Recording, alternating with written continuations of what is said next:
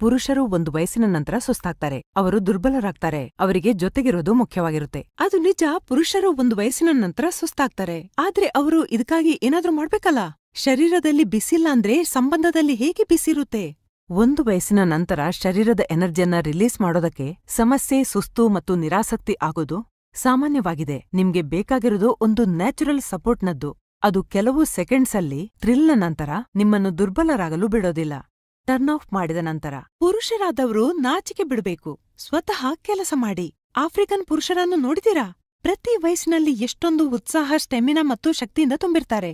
ಯಾಕೆ ಗೊತ್ತಾ? ಯಾಕೆಂದ್ರೆ ಅವರು ತಗೊಳ್ತಾರೆ ಆಫ್ರಿಕನ್ ಗಿಡಮೂಲಿಕೆಗಳು, ಮುಲಾಂಡು.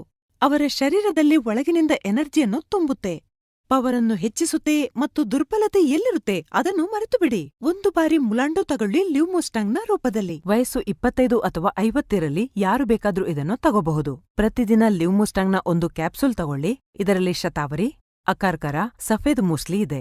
ಅದು ದುರ್ಬಲತೆ ಮತ್ತು ಸುಸ್ತನ್ನು ದೂರ ಮಾಡೋದಲ್ಲದೆ ನಿಮ್ಮ ಪವರನ್ನು ಮತ್ತೊಮ್ಮೆ ಹೆಚ್ಚಿಸುತ್ತೆ. ಹೆಚ್ಚಾಗುವ ವಯಸ್ಸಿನೊಂದಿಗೆ ಶಕ್ತಿ ಕೊಂದುವಿಕೆ ಅಥವಾ ಇಡಿ ಪಿಯಂತಹ ಸಮಸ್ಯೆಗಳು ಇವರಿಗೆ ಸಂಬಂಧದಲ್ಲಿ ಒತ್ತಡವನ್ನುಂಟು ಮಾಡದಿರಲಿ.